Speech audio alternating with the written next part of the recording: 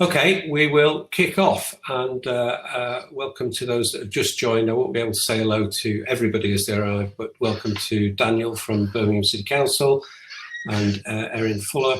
My name's Andrew Dixon. I'm chairing this session.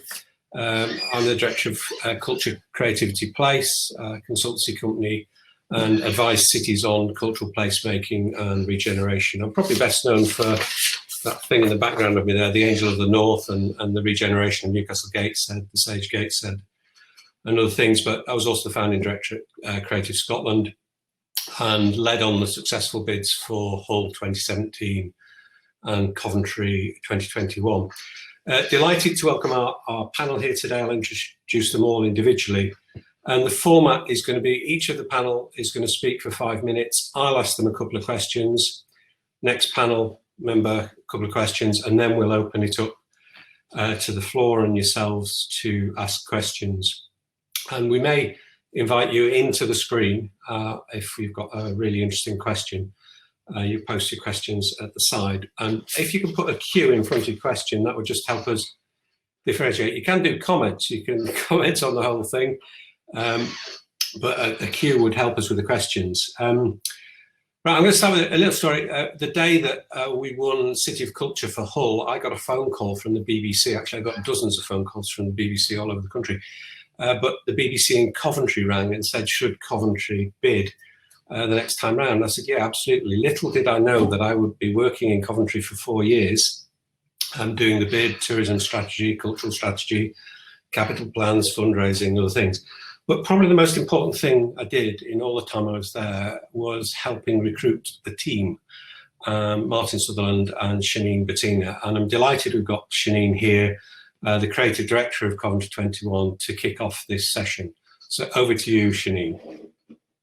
Good morning, everyone. It's lovely to be with you all today.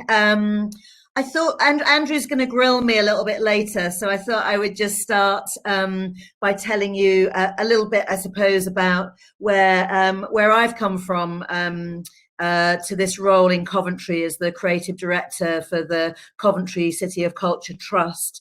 I suppose over the last 30 years, I've worked with a whole range of theatre makers, directors, choreographers, composers, writers, basically artists and creative companies all over the UK, creating, collaborating to create amazing work, really that brings joy to so many audiences in communities all over the country. And I suppose I've always believed that artists are pioneers and that they have this incredible ability to alter our perspectives, to inform, educate and connect us. And I've been involved in so many projects working with incredible artists who really make it their goal to promote greater understanding and make real change happen in our society. Back in 2012, I worked on the Cultural Olympiad programme as a creative programmer, and it became really clear to me that it was really important that all Londoners should have the ability to participate in the magic that is the Olympics and Paralympics, even if they couldn't get a ticket to the sporting events.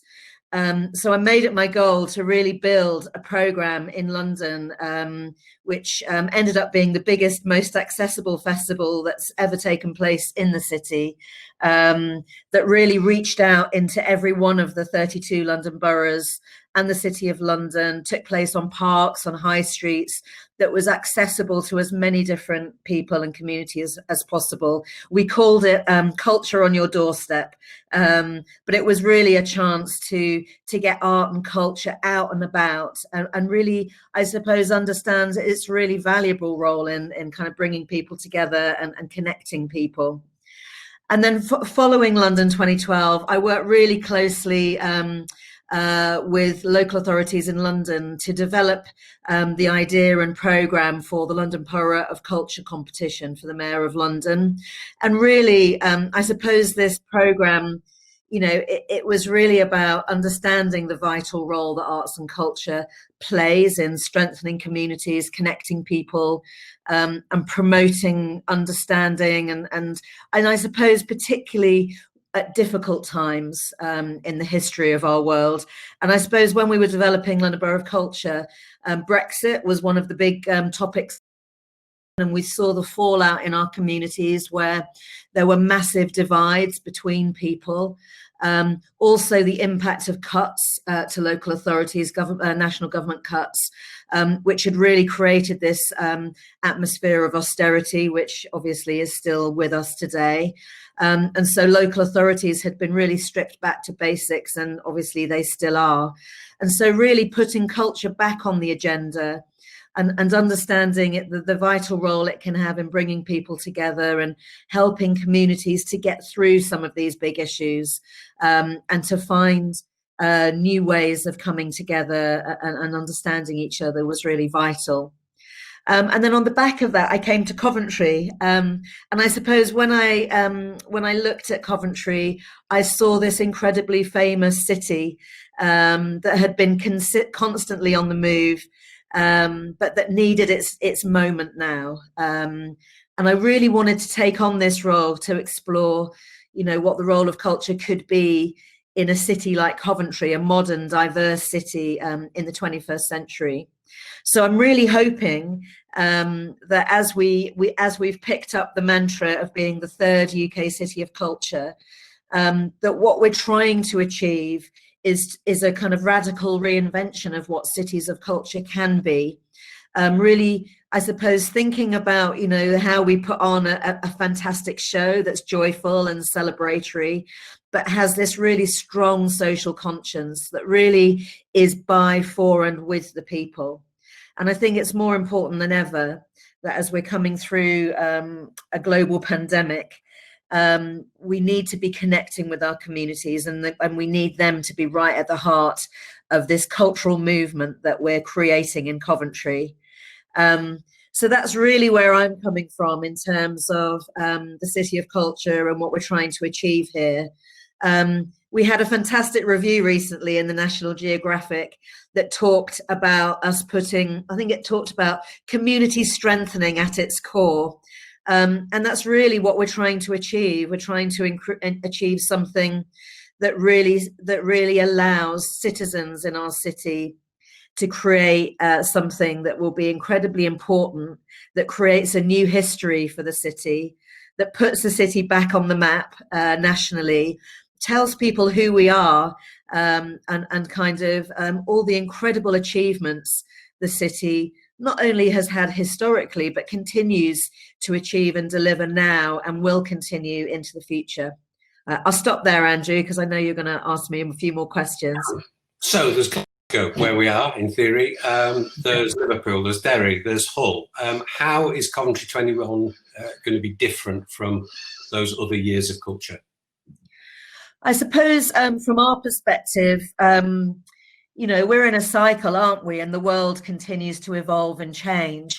And, when you look at all the incredible achievements of the cities that have gone before us, and how being a city of culture has really transformed those places, and I suppose kind of reinvented them and reimagined who they are and put them back on the national and international agenda. Of course, that's really important to us, and there's no better time now than in the middle of a global pandemic to be really thinking about how we come back together again as a city. I suppose what I would say in terms of how we're approaching it, maybe that's slightly different. I think we always felt from the beginning that the legacy of this program should be built in from the start. And we always said that we would be outcome driven. So right from the beginning, before I even started, both of the universities had been working together to set out a really clear sense of what we needed to achieve with our City of Culture, creating a theory of change, which really set out the 4 long-term impacts that we want to see coming out of this year, but also 15 outcomes. And those outcomes are what drives our whole program, not just the creative program, but all of our investment in skills and leadership, and in the city, and how we want that to happen. So I suppose that outcome approach is really essential. We'll come back to this later, Chenine, because we've got a couple of really good questions from Debbie Lander and Julia Armour about legacy. I suppose one of the things people struggle with major events is balancing attracting millions of visitors with engaging a local population and community. How are you doing that in Coventry? I mean, the whole point of doing these events is to put yourself on the map and get people to come to your city and meet your people and find out more about you and give them more reasons to return. So, of course, that's, right at the centre. But I suppose because what we're trying to achieve is this incredible programme that is co-created with our communities, I suppose it's challenging the assumptions that people might make, that when you build a program with communities, you can still create high impact, globally resonant, great quality events and activities. And I think what that gives us is a chance to tap into lots of different visitor markets. We want to be the greenest city of culture to date. We are putting new technologies and immersive technologies right at the center of our program, as well as this really strong kind of sense of social activism, social inclusion, and really wanting to make sure that our citizens, that their voices are at the center. So I think it's a real balancing act, and I think it's about how we start to think about the visitor market in a different way, that it isn't one visitor market, it's multiple visitor markets, and they will come for different experiences and different adventures with us, if you like. And that's what we're planning for. Great. We'll move on and hear from Raidene now. So what I didn't do was say that much about where Chenine's background was, but it's really interesting, I think, where people come from into doing these major roles. And Raidene's very much an arts person, an arts producer, an arts programmer. I've been working for 15 years in that field, places like the Albany, Birmingham Rep. And I think that's an interesting part of the story, really, about how these events get delivered. So, Raidene, big job. Commonwealth Games programme, massive. Over to you. Yeah, just a bit. Thank you, and thanks for having me. It's really great to listen to Chenine talking, and I haven't sat and listened to Chenine talk for ages, so thanks for that, Chenine. So my background, yeah, it's in the arts, and I've had the pleasure of working with Chenine a little bit in London previously, all through that period that she was talking about. And I think in some ways we haven't fallen from a similar tree, I think, in the way that we approach working in terms of communities, place, and with people first and foremost. My own background, I suppose, is in applied arts and in theatre, and working specifically with children and young people and participation. So I didn't plan out to become a producer. I was working with people before I became making things with people. And I think there's a through line in my work still where you can see that, and I hope you can still see that when the festival lands, really. This job is very different. It was a return to the city for me. I've worked in the city before, but only once. I was looking for a way back, oddly. So I worked there for 4 years between 2008 and 2012. Went back to London for the year of culture that Chenine's talking about, and it did feel really different and amazing. And the city was already changing, but it was hard. And so if there's anyone here from the arts sector in Birmingham, I think they'll understand that it feels so different 10 years later from what was happening, and culturally there has been a big shift, but my feeling coming back in was that it hasn't quite made the full shift it needed. There's a conversation that we have a lot in Birmingham as well about how it was the city that was missed. It missed its big moment. It didn't have that big city of culture. It got looked over for the millennium. So it's not had that big moment that Liverpool and Manchester and Glasgow had, for example, in terms of how these mega events change culture and draw this line of what was before and what was after. So we're really interested in making the most of the Commonwealth Games for culture for that reason. The job, in a nutshell, that I've got to do with a team of people, they're fantastic and we're growing, is to, in essence, put on a 6-month festival of arts and heritage for Birmingham and the West Midlands, with a sort of soft line around what the West Midlands is. So it's a 6-month long festival. multi-art form, so we're not picky, we're not choosy, we're not afraid of becoming populist, so we'll do everything from bingo to ballet, in that sort of slightly incoherent way that people think of Birmingham sometimes. Largely outside of games time, so we'll get going obviously a few months before the major sporting event happens and lands in the city. So there's a heralding job in a way, there's a job to do which is about preparing the city for what is going to come and preparing the region for what's going to come and helping the city to enjoy that experience for itself. And then to continue, the point about continuing after the games is to almost give the hosts a chance to, we say sort of, it's a bit like the moment that you can dance like no one's watching, you know, on the other side, you can sort of celebrate whilst the lights are switched off, that bit at the end of the club when everyone's gone, and you can just sort of enjoy yourself because everyone's gone home. So that's the reason why we're going to do a little bit after. Largely externally funded as well, and I think that's the key point to make. And I don't know if this is always the way with cultural events that are attached to major sporting events, but ours is obviously really leaning into the support of the games.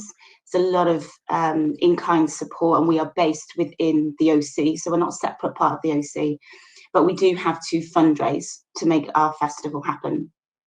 And what that does, I suppose, is obviously it gives us a very particular job to do, so most of our work at the minute is about fundraising and planning. It sort of allows us, it gives us another boss in a way, which is quite interesting. So obviously we're working to the outcomes and the legacy of the games and what that means, but we are also working to really big national agendas and cultural and community agendas, which are those of our funders, those being hopefully, you know, when everything is confirmed, so I can't share all of that here, but they will be national arts and cultural funders, and who've got an agenda also that's shared with the games. They're really similar about impact for communities and impact on growth and economy, for example.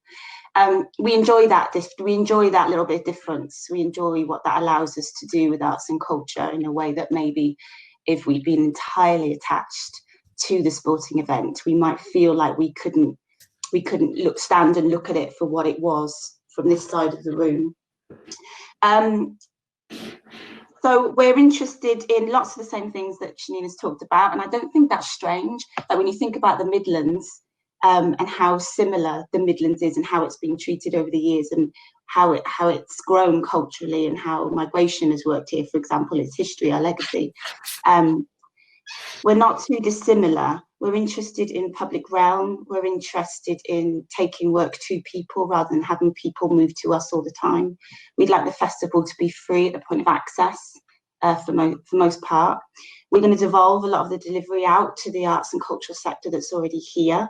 So we're not about coming in, swooping in and leaving again in a sort of caravan way, or the circus comes to town and leaves again. So it really is about embedding and working with what's here. And in some way, the point about legacy Chenine was making is that's the only way, or to respond to one of the questions in the chat, is that you have to work with what's already here in order to make the legacy possible. I could go on a lot longer, but I think I'll probably stop there, Andrew, and you can ask me some questions. Yeah, so one of the questions which I think everybody that's kind of looking at these major city or national events struggles with is how do you scale up the ambition in creative programming? Everybody thinks that's small. How do you think big? It's hard. I think, so this is about vision, I think, is that if you come into a place and how, without judging as well, and without judging what's already there, getting a good sense of what has happened before. And for Birmingham, for Birmingham in particular, so I won't, obviously, we've got the benefit of having Coventry, UK City of Culture, the year before we get going and running into us, which will massively help. But in terms of the planning that I'm doing now, and we've been doing for the last year as a team, until I'd say the arts sector sees the scale and what's physically possible with events like this, it's hard to say that's what you need to be doing. This is the scale of ambition that we need. So our approach so far has been to talk and talk and talk, and to listen and listen and listen. Obviously, we've been doing that through lockdown and through COVID, so we've had to adjust what ambition looks like and what scale looks like. And I think we came through a period of suddenly that scale and ambition, I don't know what others felt, talking to people at the same time, just took a nosedive. I think people just did the sector, I'd say the art sector and artists just couldn't really imagine what was going to happen next week, never mind 2 years down the line. Slowly the fog has sort of cleared. And in some way now, I think what we've done is been able to capitalize on the back of that moment and say, well, look, if we can help you grow your imagination, let's think about the reset that's required, which is obviously fitting for this talk. And let's imagine different and bigger. So if there were things about the arts and the sector that you didn't like before this happened, how can we make this matter? And how can we make that change for 2022? How can we make all of that better? We've got this amazing gift in a way of a year, which is, we didn't want to be insensitive about that. I mean, that's the line to cross. We don't want to be insensitive because we are talking about livelihoods, jobs, the economy, literally people's jobs. And I think we've had to use the best that we've had to use the moment, Andrew, I think, in short. Yeah. And that's not been a bad thing. And how important is heritage to you? I mean, you're based in Birmingham, but there's a big heritage to the whole Commonwealth Games, the Commonwealth, all the issues of Black Lives Matters around. Yeah, what was that? I'll be really honest, that I was not a heritage person. Heritage is not my background. Chenine's nodding, and Chenine probably got the same. I think the minute you come in here, it is everywhere. So it was absolutely something that couldn't be ignored, and I've had to learn a lot really quickly. And again, I've got great members on my team whose heritage is more their background. And I think the way that I see heritage now is so different in terms of a cultural asset. So it opens up the possibility for partnership workings. And I would say this to anybody that is doing and considering, running major cultural events, either alongside sport or not, that digging into the heritage just opens up so much more possibilities. So the range of partnerships that you can have, the range of funders you can have, just the types and the interests and the ways that people will engage is incredible. We also know that Birmingham is just about to launch a new heritage strategy, and it allows us another way to dig into a legacy plan. So rather than just focusing on an art strategy, we're able to now start getting our teeth into the heritage strategy. And actually our job now is to try and move them closer together, because in many ways arts and heritage is still getting closer together, I think, across the country. They don't line up completely well. Arts and museums and libraries, for example, didn't join the Arts Council portfolio until a few years ago.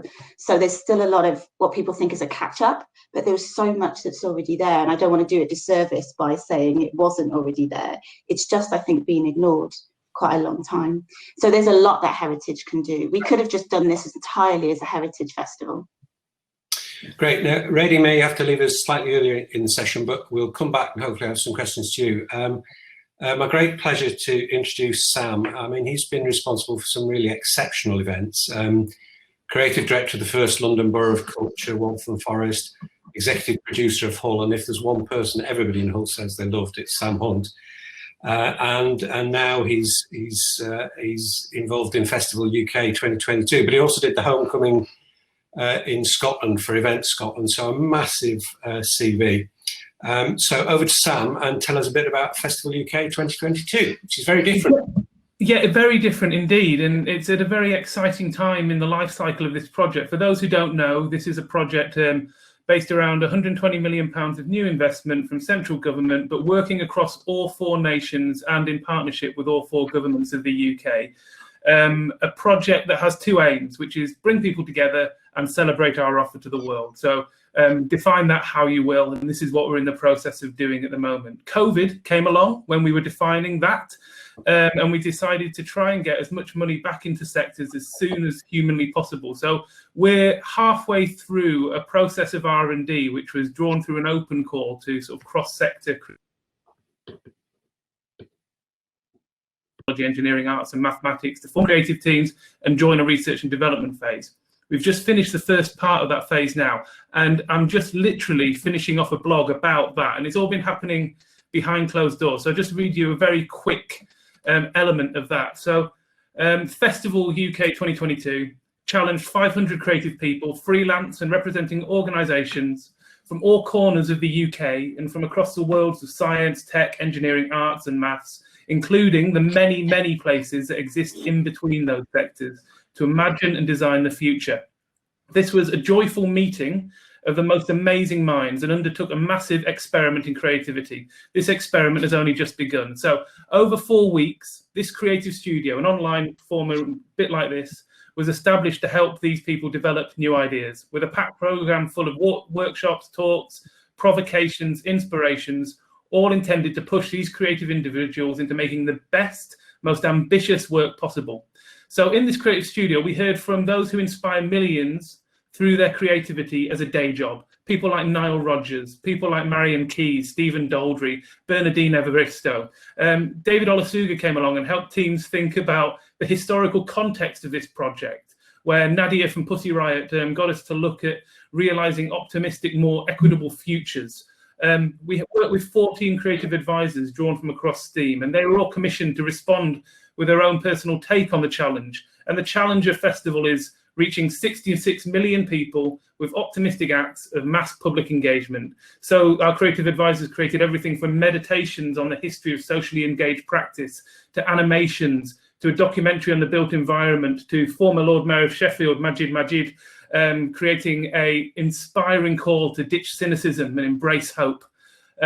So we're also working very closely with the BBC, with partnership with their R&D, workshops to aid the creative process. And with each day of the creative studio closed by a young poet from BBC Words First, because there is a special kind of magic in a process like this, a spirit of creative endeavour that can only be articulated through a poet's pen. So why did we do it like this? We knew that many creative teams would enter the creative studio with the start of an idea. What we didn't want, though, is that idea to remain in its infancy, to be unchallenged, be reaffirmed and leave the process as it went in. And the last 4 weeks, we've done that. But what's really interesting about doing this thing remotely, and something we could never have planned, is that palpable feeling, so even through a computer screen, of boundless opportunity created by kindred spirits meeting for the first time, under immense pressure to forge new and lasting creative relationships within their own team, but also playing an active role in building a much wider, burgeoning creative community between these 500 individuals. To reaffirm this is an experiment in creativity, something that has never been done on a governmental level at this scale before.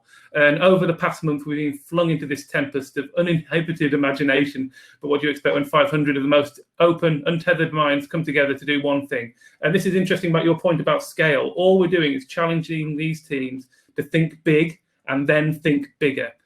We see the work being undertaken by all 30 creative teams as this is kind of the point of Festival I think we're getting to, which is the beginning of a movement that will, through awe-inspiring and wonder-inducing feats of imagination, demonstrate the intrinsic value of creativity in society, the critical role creativity plays in all our lives, placing creativity at the centre of national conversation and at the forefront of our international ambition.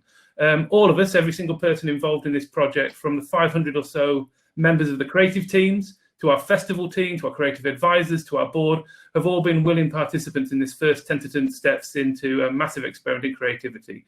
This experiment, we hope, will be undertaken on a global and, talking to some of the creative teams, interplanetary scale, and one that is designed to demonstrate the critical role creativity has to play in all our lives.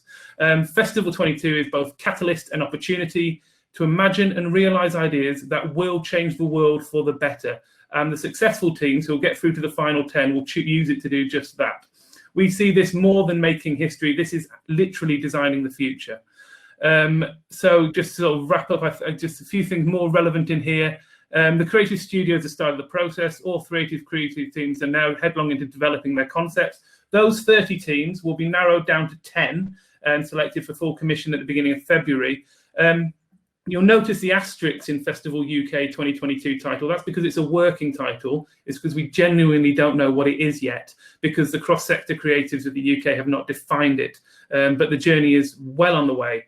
and it's going to be incredibly special. Our job as producers within Festival 22 is to make sure that the people being pitched to have the most difficult job as possible. So these 30 teams create the most viable, exciting, epoch-defining projects possible to make the pitch really hard.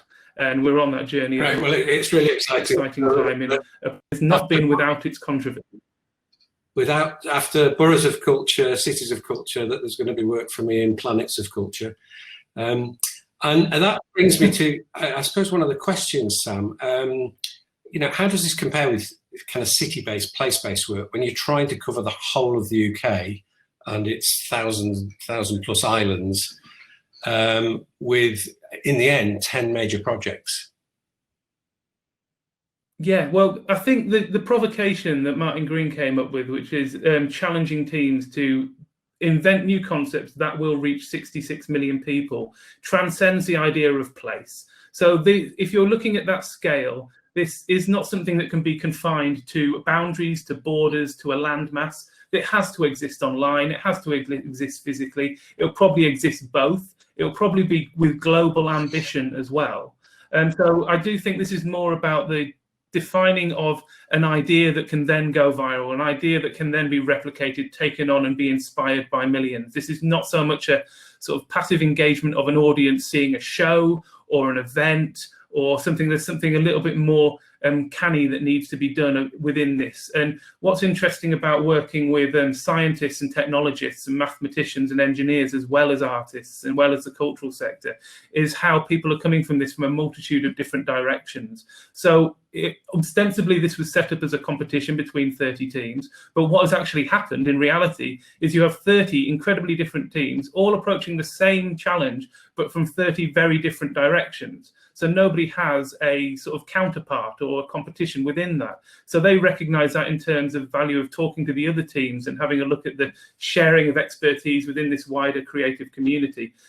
We started this process working under a Creative Commons approach to IP with the exact intention of trying to do that, create a self-sustaining creative community from these 30 teams. And that's really started to happen. But I think each team is thinking globally and genuinely interplanetary. They're not thinking about place. So you touch on something, and two very good questions, one from Ed in Lancashire and one from Rachel McQueen, about kind of tackling inequalities and disparities. I know that's something which all of you have been doing, but perhaps Sam, just how has that kind of tackling inequalities, geographic, socioeconomic, been at the heart of what you've been doing? And then we'll perhaps come on to that with others as well. Well, there's a number of ways this project could have been approached. There was a push for this to be a curated program along the lines of 1480 Now, that sort of thing. But we thought, having a core values of open, original, optimistic, this needs to be as open as possible. And being a brand new project, we're not beholden to any historical structures. We're not beholden or a format. We can form this from scratch. So the idea that going out to teams, we knew that certain organisations and individuals within the cultural sector know how to play the game, know how to apply for this sort of thing. So how do we push those structural, the cultural infrastructure of the UK to work differently, to work outside their bubble, to platform and define underrepresented voices, new and emerging talent, to ensure that they're not working with the same people, not sort of a perpetuation of the same structural inequalities that have happened. And that's something that we inbuilt into the structure of talking to teams. And then that has come through into the creative makeup of these creative teams. And you'll see that if you have a look through the 500 or so names we have on the website. I know, there's some people very sceptical about Festival UK, and I was one of them, because how are you going to cover the whole of the country? But actually, I would urge people to have a look at the teams that have been selected to do this work, and it's really impressive, and it's really different, and it's really across the whole of UK. So really look forward to seeing where that goes. And if I can get you onto the screen, I might ask Rachel McQueen up, because she's asked a little bit more about that. So we're opening up to more of the questions from the floor, and I'm trying to see if I can get someone onto the screen. If there's a tech person can help, that would be great.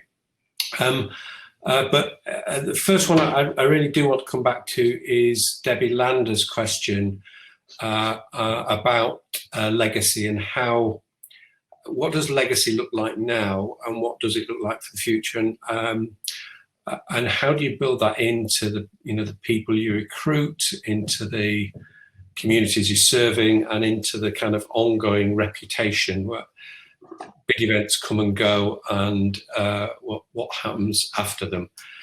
So I'm going to bring Raidene in first, if that's all right, because she has to disappear at some point, and then we'll ask the same question of others. So sorry, which question? Was it Rachel's? It's Debbie Lander's question, but it's also kind of followed up by other people as well, and it's really about what does legacy, Deborah Lander. If we're going to do legacy well, what does that look like now and in the future? I think it picks up on some of the other points. I don't think you can see them as different things. And I think, practically and financially, you of course think about legacy in a linear way. You think about the thing and then the thing that comes after. And I think our approach is that what you want to, you start with the outcomes you want, a bit like Chenine said, you start with what those outcomes are, and you do that right at the beginning. And of course you expect something to change as you go through the creative part of it, and you develop a creative program, but you can't see legacy as separate, would be my plan. And so in some way it might even be we are imagining that in some way the festival, our arts festival, is just a bit in the middle of a cultural program, and a legacy is also part of that cultural program. I just think you can't separate these things out. You have to start at the beginning. And there was a point somewhere, I think it might have been Debbie's point, about or someone else's point about could you start these things sooner? I think we absolutely should start these things sooner. I think if we did that, and drawing specifically on the idea of, say, a major sporting global event rather than just purely a cultural event, I think the moment those bids are won, you really want to engage the sector that's going to make that happen. You really need to engage them and see what's here. And invariably, the money only comes down the pipeline much later. So I think something does need to happen right at the front end of bids, and bids being put in and bids being made, which is what is that little pocket of money that can just gently uplift and allow the people that are going to be pivotal in making these things happen, just find some breathing space between this moment and that moment. And that could be a year, it could be more or less than, because the cogs don't really ever kick in until it feels just a little bit too late, and it feels a little bit desperate, and everybody starts talking about legacy as a problem, and it really shouldn't be a problem. It should be part of the act. Yeah, Rachel McQueen again asked about fundraising and how difficult that is, how much of it's linked to kind of altruism of a place. And this is, for me, this is a big issue for all these things having enough lead time. I mean, we're fortunate in Coventry, we raised quite a lot of money during the bid phase, and then they've gone on to raise more. But with all these events, it's very difficult, that kind of balance of timeline. Maybe Chenine, you have a word to say about that. I know you've been fundraising through a pandemic as well.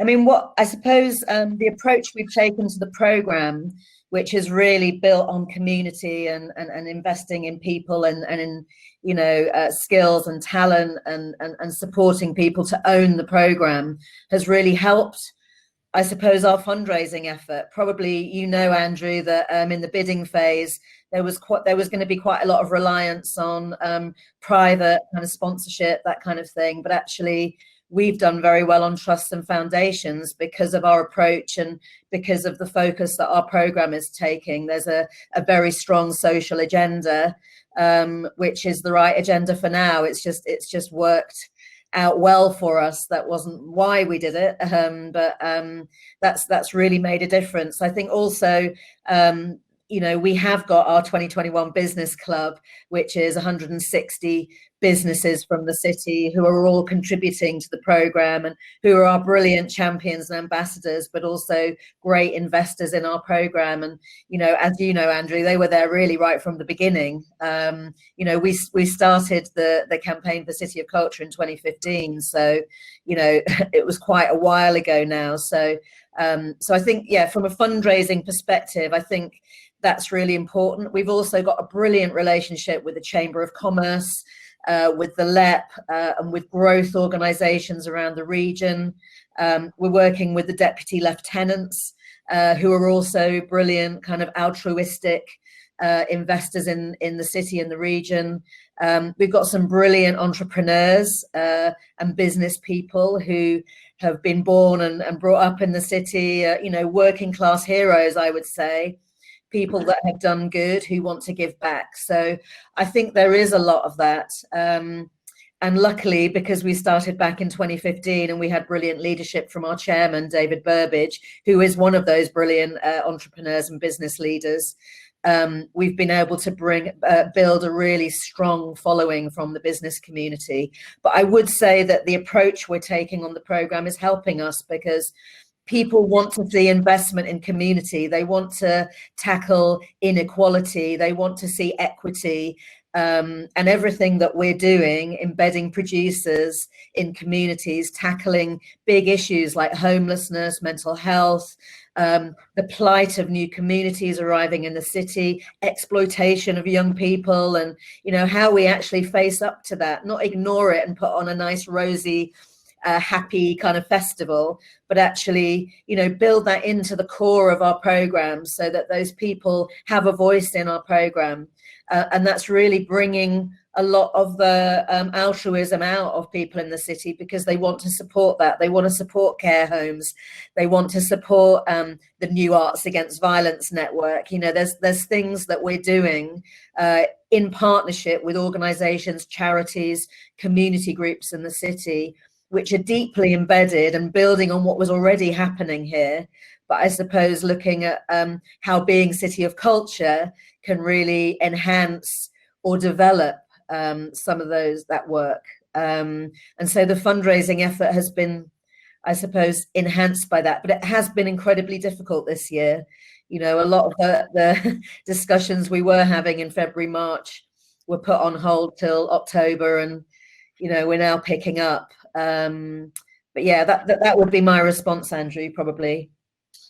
Right, I've got a very good question in from Richard Shaw from Bradford, who's asking, let me get the exact words. I'm sorry, I'm struggling to invite people onto the screen here, but what is the panel's view on the public's appetite for resources being applied to arts and cultural programmes of this scale when there's so many pressing social and economic needs elsewhere?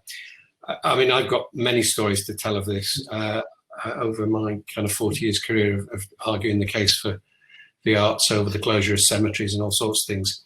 But even I was struck when some of the Arts Council 3 million recovery grants were coming out at the same time as a whole city was only getting £30 million for its economy. So I'm interested in, you know, whether you're thinking about those issues within the Commonwealth Games, within Festivals UK, where you've been given large amounts of government money, and within City of Culture. Sam? Well, I think it's a reductive argument. It's not an either or at all. Everything should be supported as it should be supported. You shouldn't be taking that to do that. I think arts and culture at the centre of a healthy, thriving modern society is absolutely critical, and public subsidy of that is also absolutely critical. So no, it's something I don't necessarily want to engage with, but the onus is on us as cultural leaders to ensure that that money is used as equitably, as fairly, and as usefully as absolutely possible. And that's something we're very confident with in terms of festivals' approach, about getting money back into sectors, about supporting freelancers, about working across multiple sectors and across the entire country for the project to do as much, be as useful and as good as we can make it, I suppose. Yeah. Raidene, anything to say on that? Not much different, really. I don't think it's, and this is not to be critical at all to the question, but it's a question that's always been asked, and it's been asked for a long time, I think, in terms of trying to line up what's important in society. I think the last few months probably will have shown that without arts and culture, people are less healthy, people are more at risk. You know, that life actually changes dramatically when you don't have arts and culture, and I think this last 8 months has shown us that. So yeah, I agree with Sam. It's a sort of one of those parallels that I think isn't massively helpful, but we constantly have to keep ourselves in check. You know, the minute that we disconnect, the minute that this all disconnects from from it meaning something to people, and it doesn't always mean something to people. That's the truth. You know, we don't get it right. The arts sector in particular has got a huge amount of work to do at reaching people. It has. So as long as we don't rest in that, yeah. I can't finish a sentence, but yeah. Is positioning culture as part of the solution, actually. You know, getting it onto everybody else's agendas, and particularly in cultural strategies and recovery strategies, that you've got people in there that can argue the case. There's some very good happening in the. Can I jump in? Sorry, I just wanted to say that, you know, we're coming through a global pandemic. The City of Culture in 2021 is the first major event on the horizon. And everyone in our city is looking to City of Culture as part of the recovery.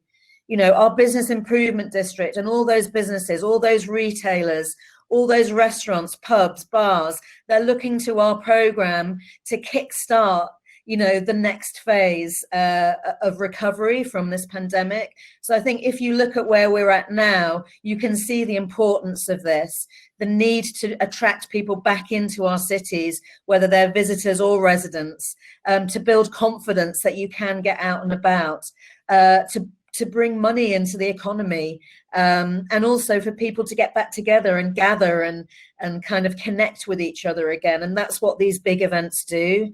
And by embedding, like we've all said, you know, embedding what we're doing with arts and culture across the social and economic kind of priorities of our cities and of our regions, we're actually part of the solution for recovery.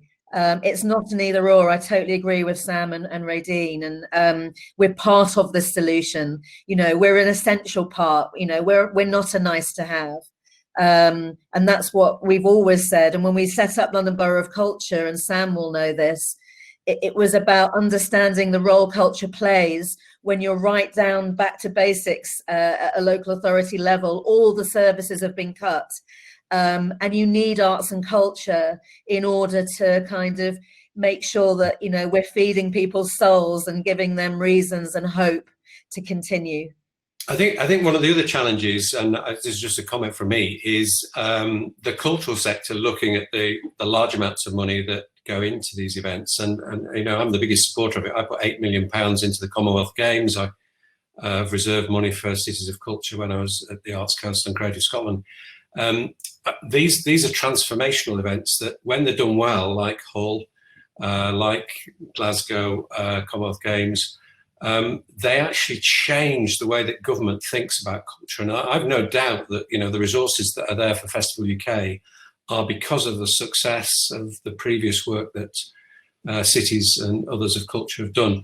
I'm fielding questions, one or two private questions as well here. Can I just ask on behalf of someone, what's it going to look like in your festival in your city? Give us an event. Give us a bit of a promo of something that's going to happen. Chenine. So one of the projects that we're involved in is called Faith. So this is a project that we've developed with faith leaders across our city, and our Sacred Mile, where we have all the major faiths represented within a square mile in the city. It's a partnership with the Royal Shakespeare Company, working very closely with those faith leaders and those communities. We're an extremely rich and diverse city when it comes to the cultural diversity. And it's really a chance to explore faith and what that looks and feels like in the 21st century. It'll be a 24-hour event that will pop up, lots of storytelling, a one-off, never to be repeated, but will involve storytelling from people from all over our city, who will want to engage in this. And there's a strong partnership also with the BBC, with Songs of Praise, to really understand, you know, what religion and faith, whatever that looks like, however strong or however mild, looks like, and to promote that understanding of each other's lives and cultures.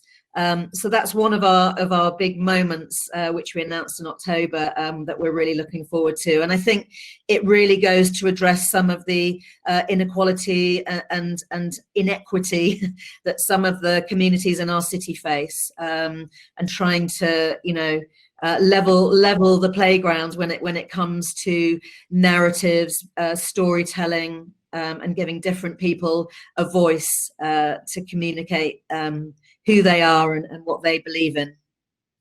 Raidene. So we haven't announced anything yet. We haven't even funded anything yet. So we're in a really different situation. However, there's, I mean, to give you an example, so I can't say it's definitely going to happen, but a type of project, there's a project called Key to the City that we're really excited about, which is we're working with Fierce Festival. It's a brilliant festival based in Birmingham. 32,000 keys will be cut and then ceremoniously gifted to individuals in a 20-minute ceremony somewhere in Birmingham. And these keys will unlock previously inaccessible locations that might be probably largely heritage locations or places and spaces that are on their doorsteps around the region that people don't normally go into. So we'll be working in collaboration with English Heritage here and other partners. And people then go to these places. So it's about trying to get people out and into buildings and locations and parts of the city and region where they just wouldn't ever think of going, and maybe haven't been to before. And then behind those doors, something happens, and something magical will happen behind these doors. So I don't know what, but that's the type of thing that I think we're really interested in, is small acts of wonder and then opening up and getting people out and about. Right, and Sam, it's difficult for you as well, because you're giving away the trade secrets of the 30 consortia. Well, it's not that. It's the consortia have been challenged to R&D technologies that literally don't exist yet. So what 22 will look like is it has not been invented, but we sort of liken it to, I suppose there's the helicopter view of things, and then astronauts talk about the overlook effect, when you're looking back at Earth from the moon and the unity of humanity and all that sort of thing. And more sort of, this is kind of the scale of what we're thinking about. So zooming out and looking back is as close as I can get to defining anything that's happening at the moment without me getting sacked. Yeah. So one or two more questions from the audience would be good. I'm delighted to say we've just got Robert Palmer's just joined us, who is the absolute guru of European capitals of culture, did Glasgow, Brussels, and been one of the panel on cities of culture, and has a great deal of expertise. But we've also got towns and cities here that haven't had events, or maybe feel it's difficult for them to host something like this. I'm interested because Chenine and Sam have both been involved in the excellent London Boroughs of Culture. What we can do for kind of rural and smaller places to take part in these national celebrations. Chenine. Yeah, I think when we set up London Borough of Culture, it was less about, I suppose it was more about how we bring people together and connect people, and the role that artists and creative organizations can play in that. I know that in Buenos Aires, they've adopted London Borough of Culture, and I think also in Liverpool, they've adopted the thinking behind London Borough of Culture.